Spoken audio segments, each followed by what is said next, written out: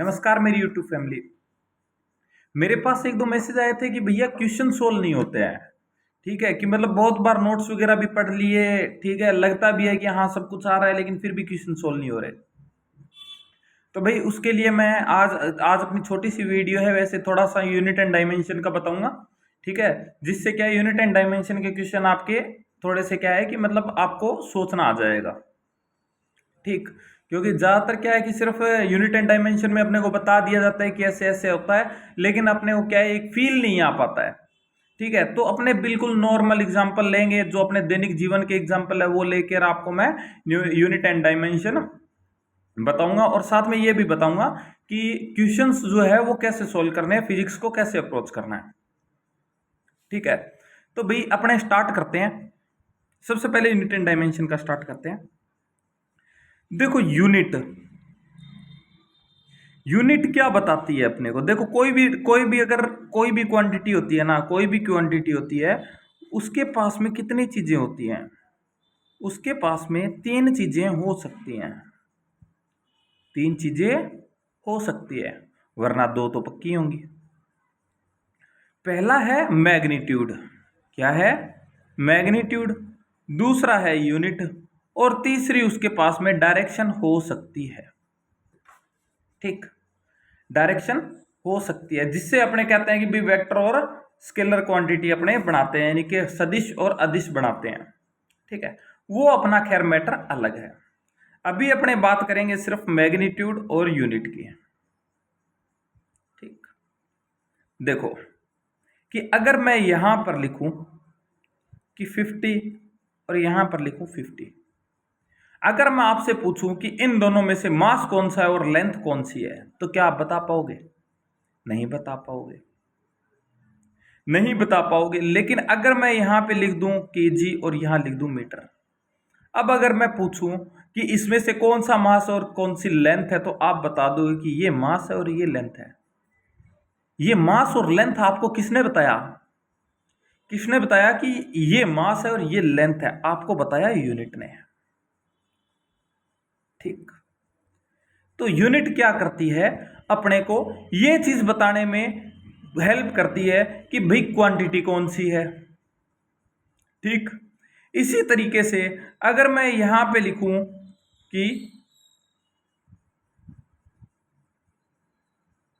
यहां पर लिखूं मैं 50 केजी और 25 केजी, अगर इसमें पूछूं मैं कि भाई मास कौन सा, तो दोनों मास हैं।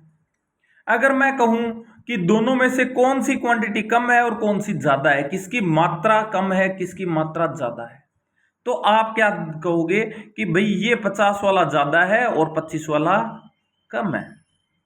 तो आपको एक कम और ज्यादा क्वांटिटी का जो है वो किसने बताया? वो बताया मैग्नीट्यूड ने।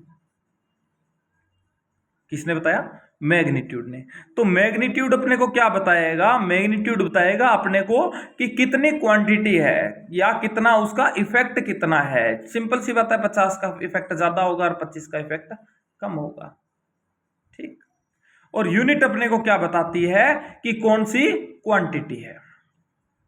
ये तो हो गई बेसिक बात।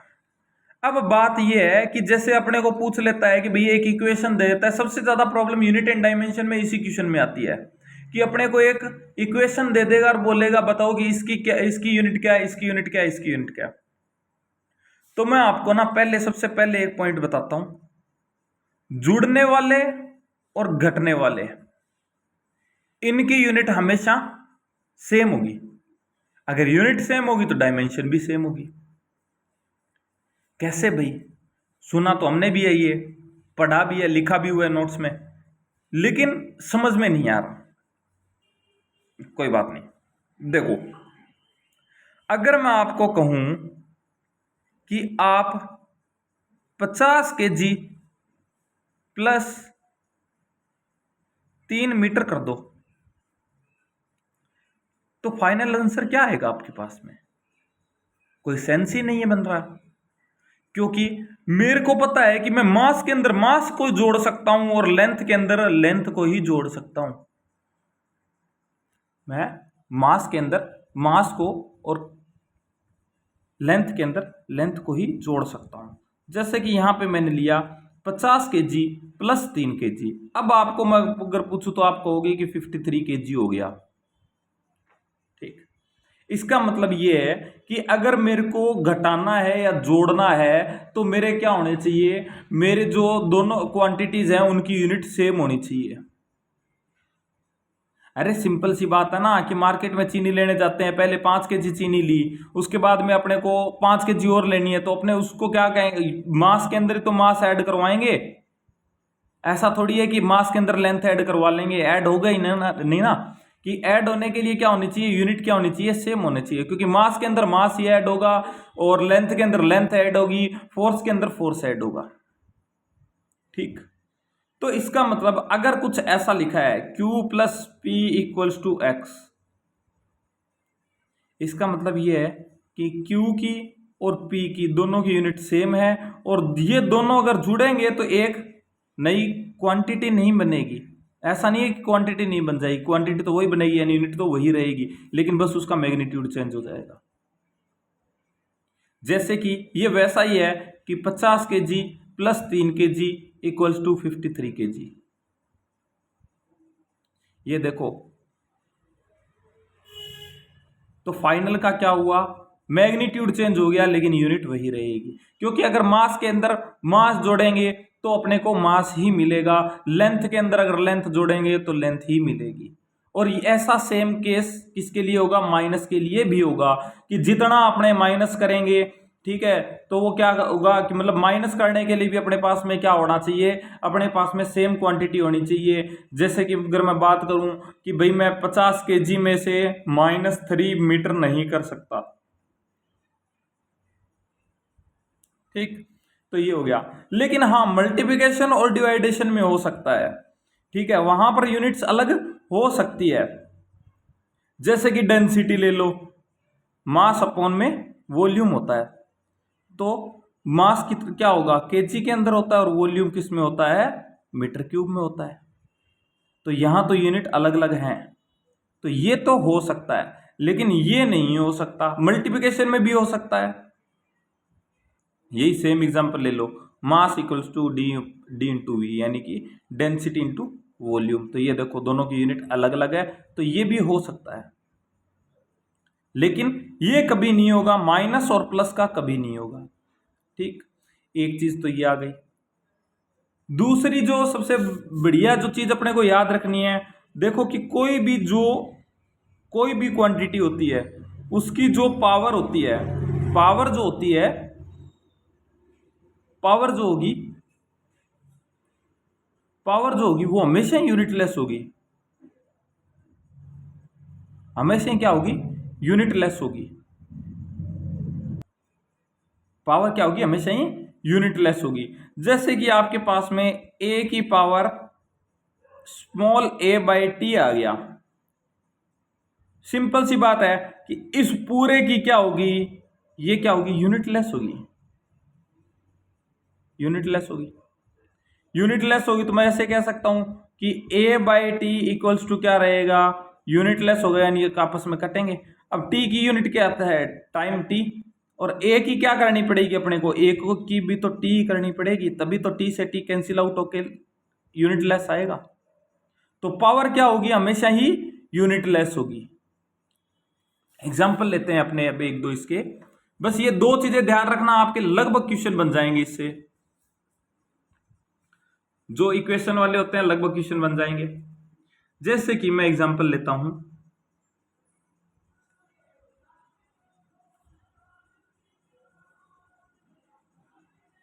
ए plus B, A plus B equals to, ये फोर्स आ रहा है, यहां पे मैं फोर्स लिख रहा हूं।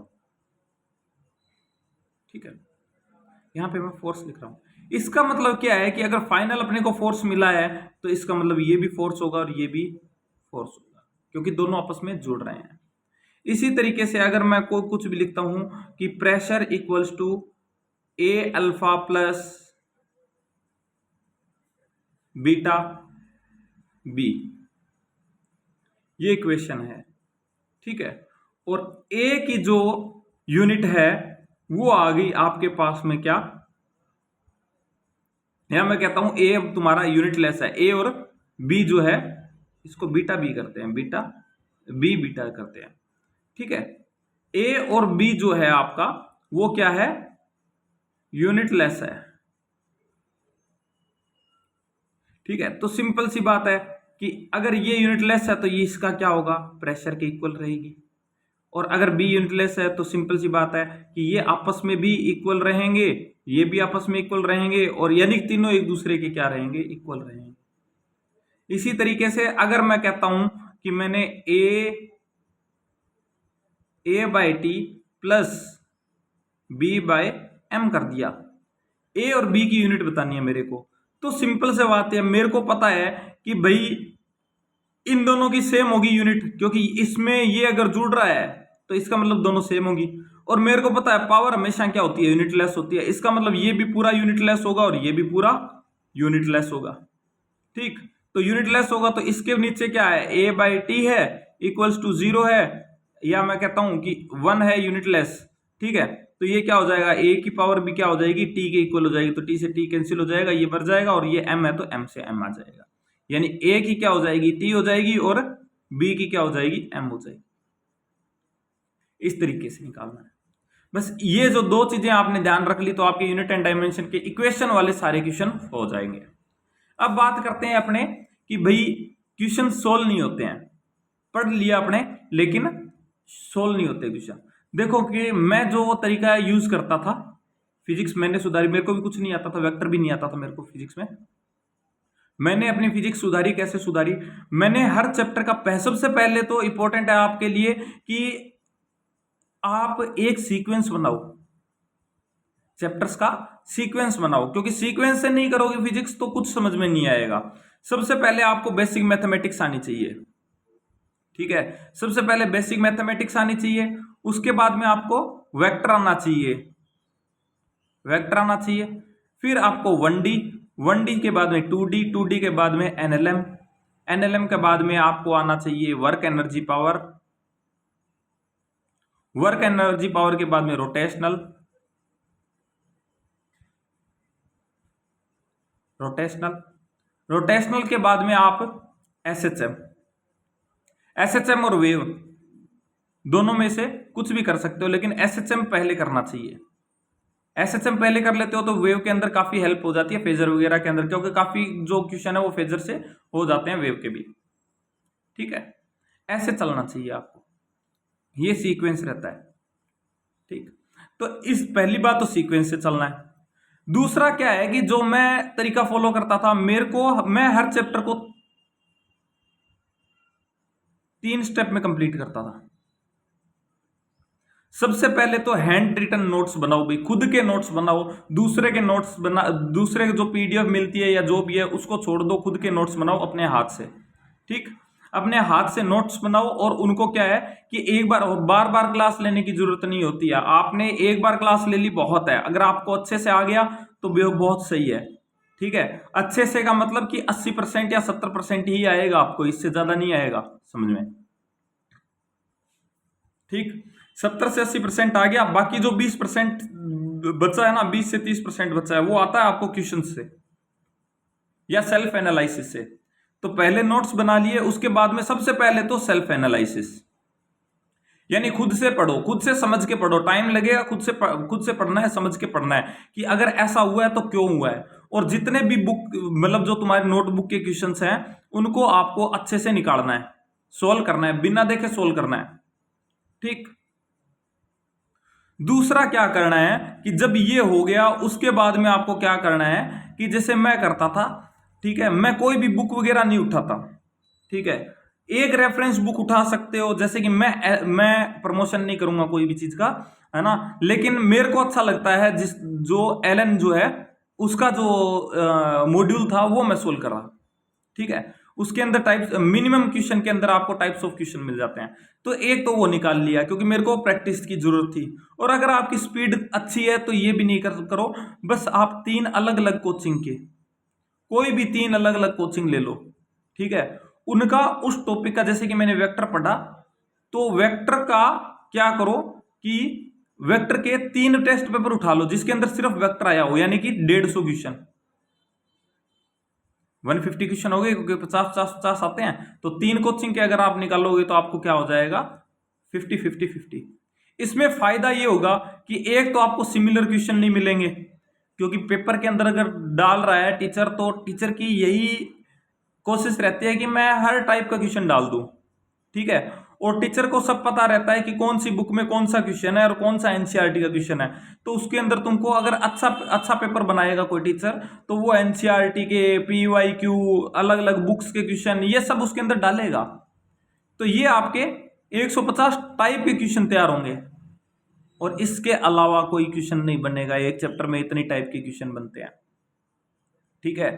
तो 3 कोई भी उठा लेना टेस्ट पेपर और वो लगा लेना। और फाइनल स्टेप है तुम्हारा खुद का एक टेस्ट पेपर, जिसमें आपको टेस्ट देना है एक्चुअल में, ठीक है। तो इसके अंदर आपको टेस्ट देना है। अब एक काम एक्स्ट्रा और करना है, ठीक है। इन तीनों स्टेप के अंदर जो भी आपको नया क्वेश्चन मिले, नए का मतलब जो आपसे सोल्व ना हो या आपको प्रॉब्लम आए या आपने जो डाउट पूछे हैं, वो सारे के सारे आप अपनी नोटबुक के अंदर नोट कर लो,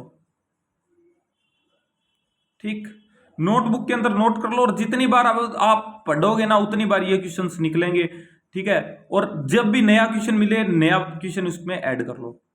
इससे फायदा ये होगा आपका कि जो क्वेश्चन आएगा ना, आप जैसे टेस्ट के अंदर आएगा ना, वो या तो तुमको आता होगा, और आता नहीं होगा तो वो तुम्हारी, अगर टफ क्वेश्चन होगा तो तुम्हारी नोटबुक से होगा वो। जितना स्ट्रोंग आपके नोट्स होंगे उतनी स्ट्रोंग आपकी नॉलेज होगी, याद रखना, ठीक है। तो ये 3 स्टेप फॉलो कर सकते हो आप, फिजिक्स में भी और केमिस्ट्री में भी। और बायोलॉजी के लिए सिर्फ एनसीईआरटी पढ़नी है, ठीक है। तो ये 3 चीजें आप फॉलो कर लो, ठीक है। आपकी फिजिक्स बहुत सुधर जाएगी, मात्र 2 महीने में, 2 मंथ्स में बहुत ज्यादा इंक्रीज होगा। जितना एफर्ट्स आप नहीं डालोगे उससे ज्यादा इंक्रीज होगा।